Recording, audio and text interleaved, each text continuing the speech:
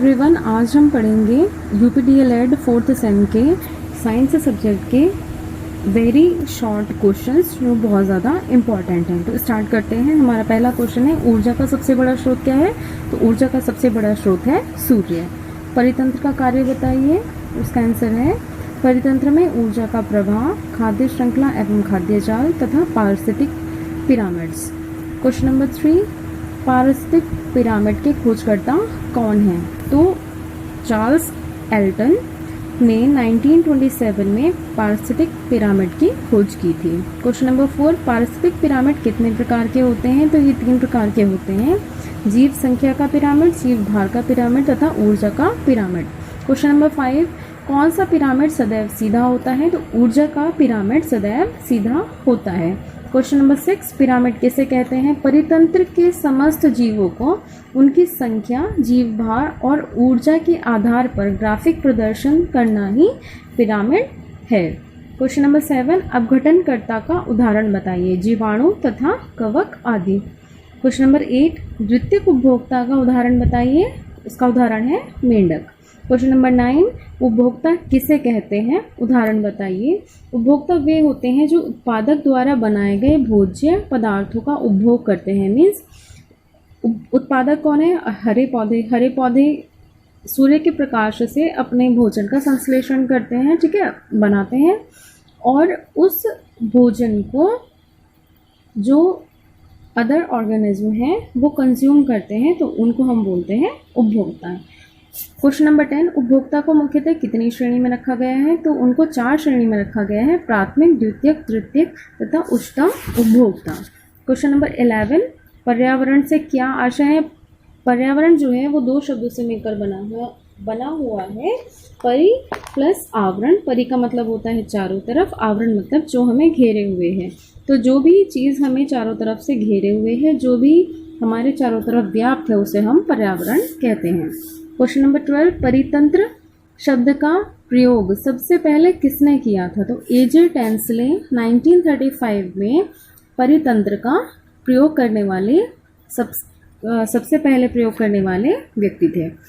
Question number 13, परितंत्र के कितने घटक हैं? तो परितंत्र के 2 घटक हैं, जैविक तथा अजैविक, जिनको हम बायोटिक तथा एबायोटिक फैक्टर भी बोलते हैं। जैविक घटक कौन से होते हैं? जो जीवित हैं, जो सजीव हैं। ओके, परितंत्र का वह घटक जिसके अंतर्गत सजीव चीज़ें आती हैं जैविक घटक कहलाते हैं, जैसे पेड़ पौधे, जीव जंतु आदि। क्वेश्चन नंबर 15, अजैविक घटक किसे कहते हैं? अजैविक घटक वो होते हैं जो निर्जीव होते हैं। परितंत्र का वह घटक जिसके अंतर्गत निर्जीव आते हैं अजैविक घटक कहलाते हैं, जैसे ताप, दाब, सूर्य का प्रकाश आदि। क्वेश्चन नंबर 16, परितंत्र किसे कहते हैं? परितंत्र को पारिस्थितिक भी कहा जाता है। इसके अंतर्गत जैविक एवं अजैविक घटक आते हैं। मीन्स जो परितंत्र है, हमारा इकोसिस्टम है, उसमें क्या होता है, जो बायोटिक और एबायोटिक फैक्टर दोनों की स्टडी की जाती है, उनका जो रिलेशनशिप है उसकी स्टडी की जाती है। जैविक तथा अजैविक घटकों के पारस्परिक अथवा आंतरिक संबंध को परितंत्र कहते हैं। जैविक घटक को कितने भागों में बांटा गया है? क्वेश्चन नंबर 17, जैविक घटक को 3 भागों में बांटा गया है, उत्पादक, उपभोक्ता और अपघटनकर्ता। उत्पादक होते हैं हमारे हरे पौधे, उपभोक्ता होते हैं हमारे बाकी ऑर्गेनिज्म, और अपघटनकर्ता होते हैं हमारे फंगाई और बैक्टीरिया आदि। ओके, क्वेश्चन नंबर 18, उत्पादक किसे कहते हैं? उत्पादक के अंतर्गत समस्त प्रकार के हरे पेड़ पौधे आते हैं। उत्पादक वह होते हैं जो प्रकाश संश्लेषण क्रिया के फलस्वरूप भोजन का निर्माण स्वयं करते हैं, जैसे हरे पेड़ पौधे, नीले, हरे शैवाल आदि। क्वेश्चन नंबर 19, द्वितीयक उपभोक्ता से क्या आशय है? द्वितीयक उपभोक्ता वे उपभोक्ता होते हैं जो प्राथमिक उपभोक्ता से अपना भोजन ग्रहण करते हैं। इसके अंतर्गत मांसाहारी जीव आते हैं, जैसे भेड़िया, बिल्ली, मेंढक आदि। क्वेश्चन नंबर 20, तृतीयक उपभोक्ता किसे कहते हैं? उदाहरण बताइए। तो तृतीयक उपभोक्ता वो होते हैं जो द्वितीयक उपभोक्ता से अपना भोजन ग्रहण करते हैं, और तृतीयक उपभोक्ता हमारे कौन है? शेर तथा सर्प आदि। क्वेश्चन नंबर 21, रुधिर स्कंदन में कौन सहायता करता है? तो जो ब्लड प्लेटलेट्स होती हैं, रुधिर प्लेटलेट्स होती हैं, वही रुधिर स्कंदन में सहायता करती हैं। हीमोग्लोबिन क्या है? हीमोग्लोबिन एक रंगा पदार्थ है जो हमारे ब्लड को, जो हमारे खून को लाल रंग प्रदान करता है, ठीक है, जिसके कारण रुधिर का रंग लाल होता है। हीमोग्लोबिन लाल रुधिराणुओं में पाया जाता है। मानव शरीर में ऑक्सीजन का संवहन हीमोग्लोबिन ही करता है। आपको बोलते हैं ना कि हीमोग्लोबिन का टेस्ट करा लीजिए, वो किस लिए बोलते हैं कि अगर आपके अंदर हीमोग्लोबिन ही कम है तो आपके अंदर प्रॉपर ऑक्सीजन नहीं सर्कुलेट होगी, ठीक है, मीन्स संवहन जो है वो ऑक्सीजन का प्रॉपर नहीं होगा। क्वेश्चन नंबर 23, धमनी और शिरा में अंतर बताइए। देखिए, धमनी जो होती है उनमें शुद्ध रक्त होता है, शिरा जो होती है उनमें अशुद्ध रक्त होता है। इनमें एक एक्सेप्शनल केस है कि जो पल्मोनरी आर्टरी होती है उसमें अशुद्ध रक्त होता है और पल्मोनरी वेन में शुद्ध रक्त होता है। जो शुद्ध रक्त होगा वो ही तो आपका हार्ट से बाकी ऑर्गन को जाएगा, या आप अपने बाकी ऑर्गन को अशुद्ध रक्त भेजेंगे, ऐसा तो नहीं होगा ना। तो जो धमनी होती है वो हृदय से शुद्ध रक्त को बाकी अंगों तक ले जाने का काम करती है, और जो शिरा होती है जो वो बाकी सारे अंगों का अशुद्ध रक्त लाकर हृदय में लाती हैं, ठीक है, मीन्स ले जाती हैं। तो पहला इसमें है धमनी रक्त को हृदय से अंगों तक पहुंचाती हैं, जबकि शिरा रक्त को अंगों से हृदय में लाती है। सेकंड, धमनी में शुद्ध रुधिर बहता है फुफ्फुस धमनी को छोड़कर, मीन्स जो पल्मोनरी आर्टरी होती है उसको छोड़कर, जबकि शिरा में अशुद्ध रुधिर बहता है पल्मोनरी वेन को छोड़ करके, बाकी सारी जितनी भी वेन है उनमें इम्प्योर ब्लड बहता है। थर्ड, धमनी में रक्त दबाव के साथ बहता है। जो आर्टरी है आपकी उसमें ही ब्लड प्रेशर होता है, जबकि जो वेन्स होती हैं उनमें ब्लड धीमी गति से निरंतर बहता है। क्वेश्चन नंबर 24, रुधिर वर्ग के खोजकर्ता कौन है? तो रुधिर वर्ग के खोजकर्ता कौन है? Karl Landsteiner. क्वेश्चन नंबर 25, कौन सा विटामिन है जो रक्त का थक्का बनाने में सहायता करता है? तो विटामिन के। रक्त का थक्का बनाने में अनिवार्य प्रोटीन है, तो फाइब्रोनोजिन प्रोटीन होती है जो रक्त का थक्का बनाने में हेल्प करती है। रुधिर का रंग लाल क्यों होता है? देखिए, हीमोग्लोबिन के कारण ही रुधिर का रंग लाल होता है, क्योंकि हीमोग्लोबिन में एक हीम नाम का रंजक होता है जो रुधिर को लाल रंग प्रदान करता है। हीमोग्लोबिन में पाया जाने वाला लोह यौगिक हीमेटिन है। कौन सा लोह यौगिक पाया जाता है? हीमेटिन। अब क्वेश्चन नंबर 28 में पूछा है आरबीसी, डब्ल्यूबीसी तथा रुधिर प्लेटलेट्स का जीवन काल बताइए। तो इनका जीवन काल है आरबीसी का 20 से 120 डेज, डब्ल्यूबीसी का 2 to 4 डेज, रुधिर प्लेटलेट्स का 3 to 5 डेज। क्वेश्चन नंबर 29, उस जीव का नाम बताइए जिसमें आरबीसी में केंद्रक पाया जाता है। तो लामा और ऊंट होता है। लामा और ऊंट दोनों स्तनधारी हैं जिनके आरबीसी में केंद्रक पाया जाता है। क्वेश्चन नंबर 30, आरबीसी के कार्य बताइए। तो आरबीसी का कार्य है आपका प्रत्येक कोशिका को ऑक्सीजन पहुंचाना। सेकंड, शरीर की प्रत्येक कोशिका से कार्बन डाइऑक्साइड को वापस ले जाना। एंड थर्ड इज रुधिर को लाल रंग प्रदान करना। क्वेश्चन नंबर 31, प्राथमिक उपभोक्ता, द्वितीयक उपभोक्ता तथा तृतीयक उपभोक्ता की प्रवृत्ति के बारे में आप क्या जानते हैं?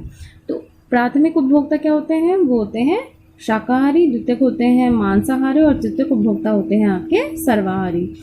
इनके उदाहरण भी आप देख सकते हैं। जो प्राथमिक उपभोक्ता है शाकाहारी, उसका उदाहरण आप लिख सकते हैं खरगोश। द्वितीयक उपभोक्ता का मांसाहारी का आप लिख सकते हैं मेंढक। तृतीयक उपभोक्ता का आप लिख सकते हैं क्रो, लिख सकते हैं आप कौवा। ओके। 32, अपघटनकर्ता और अपघटक से आप क्या समझते हैं? अपघटनकर्ता, देखिए अपघटनकर्ता से समझ में आ रहा है कि अपघटन करना मतलब तोड़ना। तो जो अपघटनकर्ता होते हैं वो क्या करते हैं? जटिल पदार्थों को सरल पदार्थों में तोड़ देते हैं। जो हमारी जैसे बॉडी बनी हुई है, हम ह्यूमन बींग्स की बॉडी बनी हुई है, वो डिफरेंट केमिकल्स हमारी बॉडी में प्रेजेंट हैं, बहुत सारे कंपाउंड्स हमारी बॉडी में प्रेजेंट हैं। तो जो डिकम्पोजर्स होते हैं वो क्या करते हैं? हमारी बॉडी में जितने भी कंपाउंड्स प्रेजेंट हैं उनको कॉम्प्लेक्स कंपाउंड से सिंपल कंपाउंड में ब्रेक कर देते हैं। ओके। तो अपघटनकर्ता वे जीव हैं जो जटिल पदार्थों को सरल पदार्थों में तोड़ते हैं। जटिल पदार्थ अपघटन क्या करते हैं? सरल पदार्थ में तोड़ देते हैं, जैसे जीवाणु और कवक आदि। क्वेश्चन नंबर 33, अपघटनकर्ता के संबंध में संपूर्ण बातें बताइए। तो अपघटनकर्ता क्या होते हैं? वो सूक्ष्म जीवी होते हैं।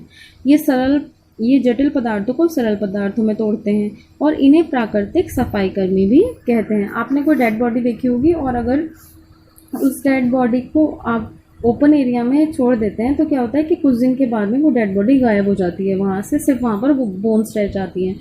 वो इसलिए होता है कि जो माइक्रो ऑर्गेनिज्म है, मीन्स जो डिकम्पोजर्स हैं आपके फंजाई और बैक्टीरिया, वो उस डेड बॉडी के कॉम्प्लेक्स कंपाउंड्स को सिंपल कंपाउंड्स में ब्रेक कर देते हैं और फिर सिंपल कंपाउंड्स में ब्रेक होकर वो कंपाउंड्स सॉइल में मिक्स हो जाते हैं। ओके, क्वेश्चन नंबर 34, प्राथमिक उपभोक्ता से आप क्या समझते हैं? तो प्राथमिक उपभोक्ता देखिए वही उपभोक्ता होते हैं जो सीधे हरे पौधों से अपना भोजन प्राप्त करते हैं, ठीक है, जो उत्पादक से अपना भोजन प्राप्त करते हैं।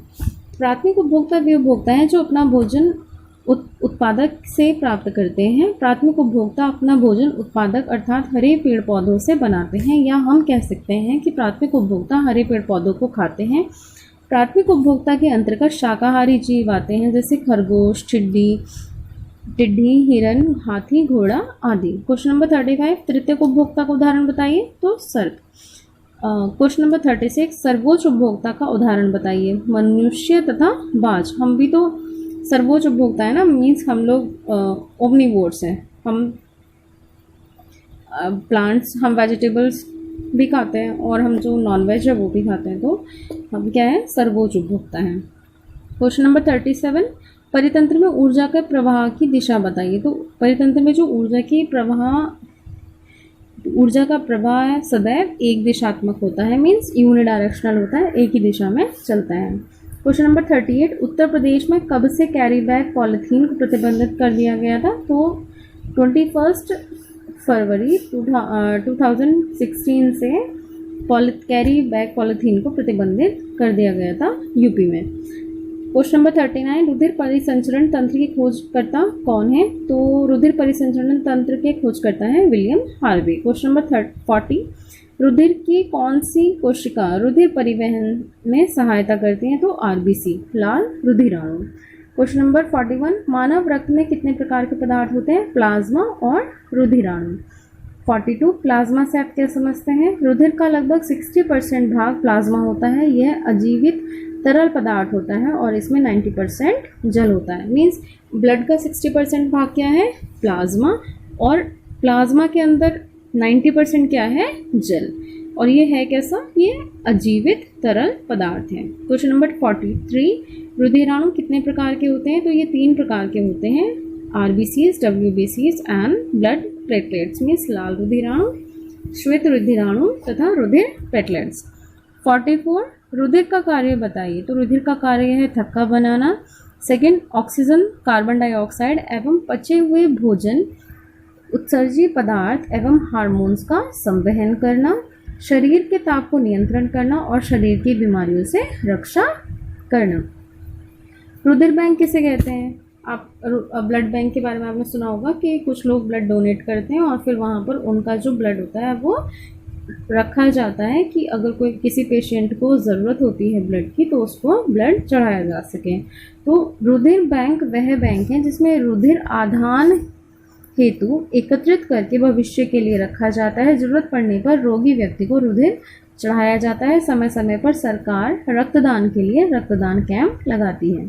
क्वेश्चन नंबर 46, मनुष्य के शरीर में कितना प्रतिशत रुधिर शरीर के भार का होता है? तो हमारे शरीर में 7%, हमारे शरीर का जो भार है उसका 7% भार किसका होता है? रुधिर का। रुधिर क्या है? रुधिर एक तरल संयोजी ऊतक है जो प्लाज्मा एवं रुधिराणुओं का बना होता है। रुधिर का pH 7.4 होता है, अतः कहा जाता है कि रुधिर क्षारीय विलयन है। क्वेश्चन नंबर 48, इरिथ्रोब्लास्टोसिस फिटेलिस किसे कहते हैं? इरिथ्रोब्लास्टोसिस फिटेलिस कहते हैं जब पिता का जो RH फैक्टर होता है वो पॉजिटिव हो और माता का RH फैक्टर क्या होता है? नेगेटिव। तो क्या होता है, जो अंदर बेबी ग्रो हो रहा है ड्यूरिंग प्रेगनेंसी, ओके, यूट्रस में जो बेबी ग्रो हो रहा है, या तो उसकी ड्यूरिंग प्रेगनेंसी ही डेथ हो जाती है, और अगर वो मीन्स बेबी जो है उसका बर्थ हो चुका है, ठीक है, तो उसके बर्थ के तुरंत बाद ही उसकी डेथ हो जाती है। 49 धातुओं का प्रमुख स्रोत क्या है? तो धातुओं का प्रमुख स्रोत क्या है? पृथ्वी की भूपर्पटी। क्वेश्चन नंबर 50 खनिज किसे कहा जाता है? तो खनिज कहा जाता है भूपर्पटी में प्राकृतिक रूप से जो तत्व या यौगिक पाए जाते हैं वे खनिज कहलाते हैं। श्वेत रुधिराणु के कार्य बताइए। तो WBC का कार्य होता है प्रतिरोधक क्षमता को बढ़ाना, शरीर की प्रतिरोधक क्षमता को बढ़ाना। सेकंड, रोगाणुओं तथा जीवाणुओं का भक्षण करना। क्वेश्चन नंबर 52 हीमोग्लोबिन की मात्रा कम होने से शरीर में कौन सा रोग हो जाता है? तो हीमोग्लोबिन की मात्रा, जो अनीमिया रोग होता है, खून की कमी, वह रोग हो जाता है। 53 क्वेश्चन रुधिर प्लेटलेट्स का कार्य बताइए। रुधिर प्लेटलेट्स का कार्य है रुधिर का थक्का बनाने में सहायता करना। ओके, रुधिर वर्ग कितने प्रकार का होता है? तो ब्लड ग्रुप कौन कौन से होते हैं? Blood group A, blood group B, blood group AB और ब्लड ग्रुप O। तो इसमें अब पूछा है इन्होंने क्वेश्चन नंबर 55 में किस रुधिर वर्ग को सर्वदाता तथा किस रुधिर वर्ग को सर्वग्राही कहा जाता है? तो सर्वदाता होता है आपका रुधिर वर्ग O और सर्वग्राही होता है रुधिर वर्ग AB। आई होप ये वीडियो आपको पसंद आई होगी। अगर आपको ये वीडियो पसंद आई है तो इसे लाइक और शेयर करें और मेरे चैनल को सब्सक्राइब करें and don't forget to press the bell icon so that you can get the regular updates of my videos. Thank you for watching. All the best guys.